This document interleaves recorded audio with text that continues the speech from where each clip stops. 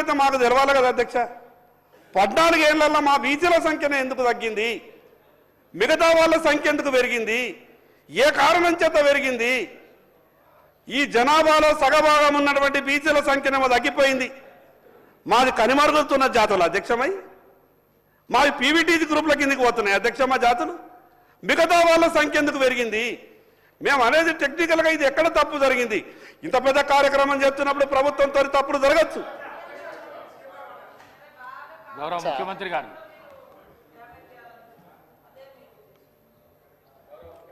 ఆదిలాబాద్ శాసనసభ్యులు పాయలశంకర్ గారిని అపోహల సంఘము అబద్ధాలు చెప్పి సభలో మాట్లాడిస్తున్నట్టుగా అనిపిస్తుంది అధ్యక్ష.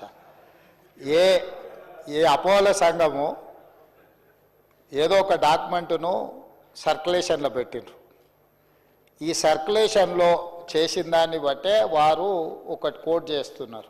ఏమని? జనాభా హౌస్ హోల్డ్స్ టోటల్ పాపులేషన్ వచ్చేసి సెన్సెస్ 2011లో 3,50,03,674 ఉంటే ఐహెచ్ఎస్ అంటే వీళ్ళు ఇంటెన్సివ్ హౌస్ హోల్డ్ సర్వే చేసినప్పుడు 3,68,76,544 అని. అంతేనా పాయలశంకర్ గారు? మీరు మీరు చెప్పింది ఇదేనా? అది ఏ పేజీలు ఉంది అని అంటే మరి పేజీ నెంబర్ ఇక్కడ లేనట్టుంది. కానీ అట్లనే కొంచెం అట్లా లోపడికో మిత్రమా, ఒక శాంటిటీ మళ్ళీ అడుగుతా. అదే దాంట్లో కొంచెం ముందుకెళ్తే కాస్ట్ వైజ్ పాపులేషన్ అని ఒక పేజీ ఉంటుంది. సీరియల్ నెంబర్ దీంట్లో లేదు కానీ ఒక్కసారి అది 33 పేజ్ నెంబర్ 33.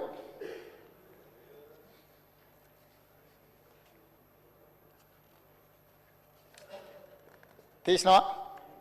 పేజ్ నెంబర్ 33 ఒక్కసారి చదువు మిత్రమా. ఓసీలు ఎంత పర్సెంటేజ్ ఇచ్చిండ్రు?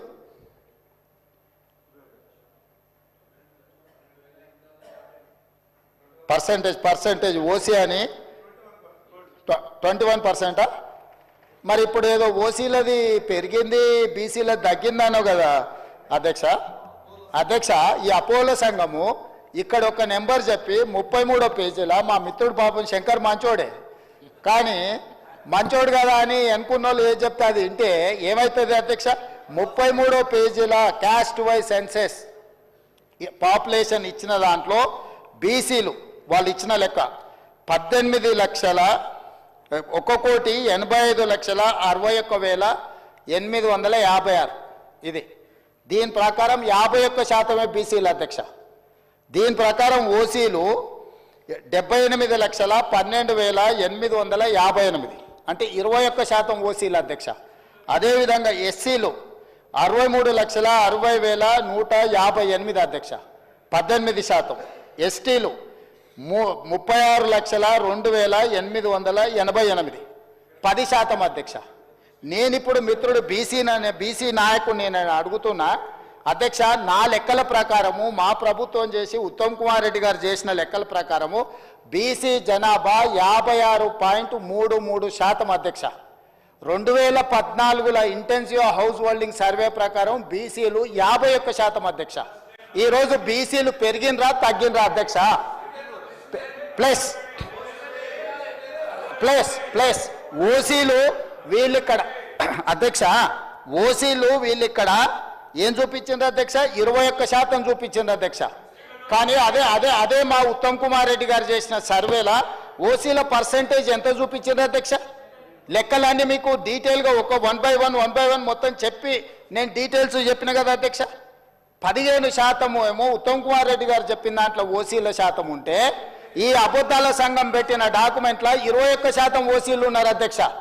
ఈరోజు మా మిత్రుడు 51% బీసీలు వాళ్ళు చూపిస్తే 56.33% ఈ ప్రభుత్వం బీసీల లెక్కలు చూపిస్తే బీసీలు పెరిగింది.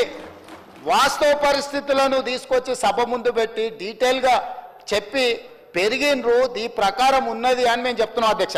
ఇందులో ఎక్కడ వీళ్ళు ముస్లిం మైనారిటీ లెక్క చూపించలేదు అధ్యక్ష. 4 కేటగిరీలు చూపించారు. ఈ 4 కేటగిరీలల్లా టోటల్ చూపించిన పాపులేషన్ ఇది 100% అధ్యక్ష.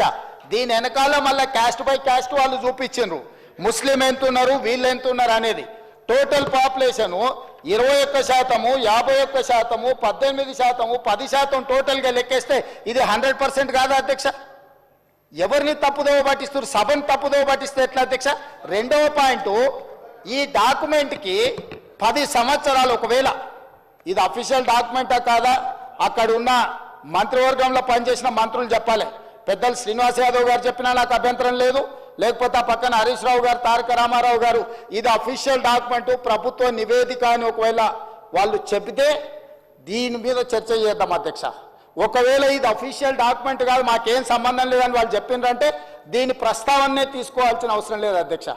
కాబట్టి దయచేసి మిత్రుడు పాయల శంకర్ గారికి నా సూచన, ఈరోజు ఈ ప్రభుత్వం ప్రతి 150 కుటుంబాలకు ఈరోజు ఇంటింటికి తిరిగి ఒకవేళ 2 స్టిక్కర్లు వేసినా, 1 స్టిక్కర్ వేసినా అంటే 2 సార్లు ముందు జాగ్రత్తగా ఎమ్మెల్యే గారు అని భయపడే ఉన్న 2 స్టిక్కర్లు అతికించిన అధ్యక్ష, బాగా పనిచేసిందని అభినందిస్తాడేమని. ఈరోజు ఇందులో మేము ఏదైతే చెప్తున్నామో 100% మేము ఇది ఓన్ చేసుకుంటున్నాం అధ్యక్ష, మేము బాధ్యత తీసుకుంటున్నాం. ఈరోజు ఇందులో మేము ప్రకటించే, మేము ఈరోజు ఇందులో ఏదైతే మేము సమాచారాన్ని ఇచ్చినామో 100% మా ప్రభుత్వ అధికారులు ఇల్లు తిరిగి పూర్తి స్థాయిలో సమాచార సేకరణ చేసి ఆ సమాచారం ఇచ్చేస్తున్నాం అధ్యక్ష. అదేవిధంగా మిత్రుడు శ్రీనివాస్ యాదవ్ గారు కూడా మాట్లాడేటప్పుడు నేను విన్నా, సరేగా దాని మీద పెద్ద చర్చ చేయొద్దు అనుకున్నా, కానీ ఇంత ఎక్స్టెన్సివ్ సమగ్ర కుటుంబ సర్వే చేస్తే మేము చేసిన ఈ ఇల్లు తిరిగి చేసుకొచ్చిన సర్వేల అధ్యక్ష, పాల్గొన్న వాళ్ళ గురించి పేర్లు చెప్తా అధ్యక్ష. ఈ సర్వే 50 రోజులు జరిగింది, ఒక్కరోజు కాదు, ఇండ్ల దగ్గర కూడా వెళ్ళారు.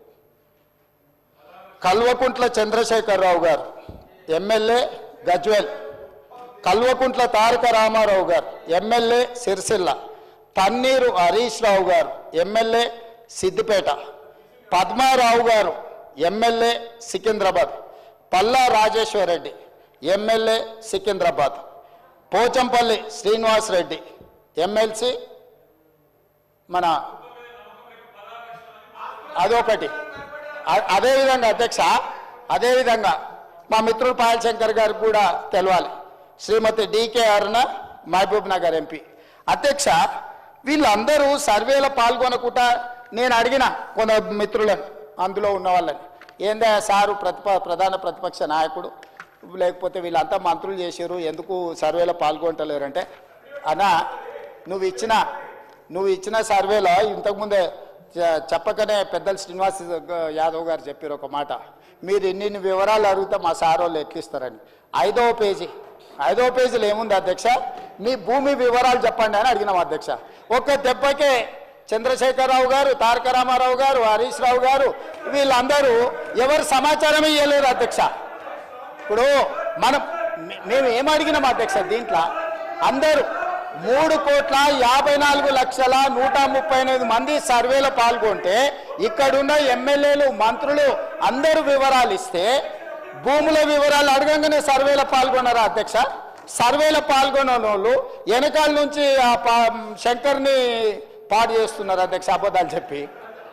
శంకర్ మంచోడు అధ్యక్ష, నాకు తెలుసు పర్సనల్గా, కానీ ఆయనను కూడా ఖరాబ్ చేసి ఇంత ముఖ్యమైన, ఇంత ఇంపార్టెంట్ మనం చర్చ చేస్తుంటే ఈ తప్పుడు నివేదికలు తీసుకొచ్చి ఈ లెక్కలు మాట్లాడుతున్నారు అధ్యక్ష. నేను ఒకటే మాట చెప్పదలుచుకున్నా, 1931 కాదు, అంతకంటే ముందు 1941, 51, 61, 71, 81, 91, 2001, 2011 ప్రతి 10 సంవత్సరాలకు జనాభా లెక్కలు చేసింది అధ్యక్ష. 2010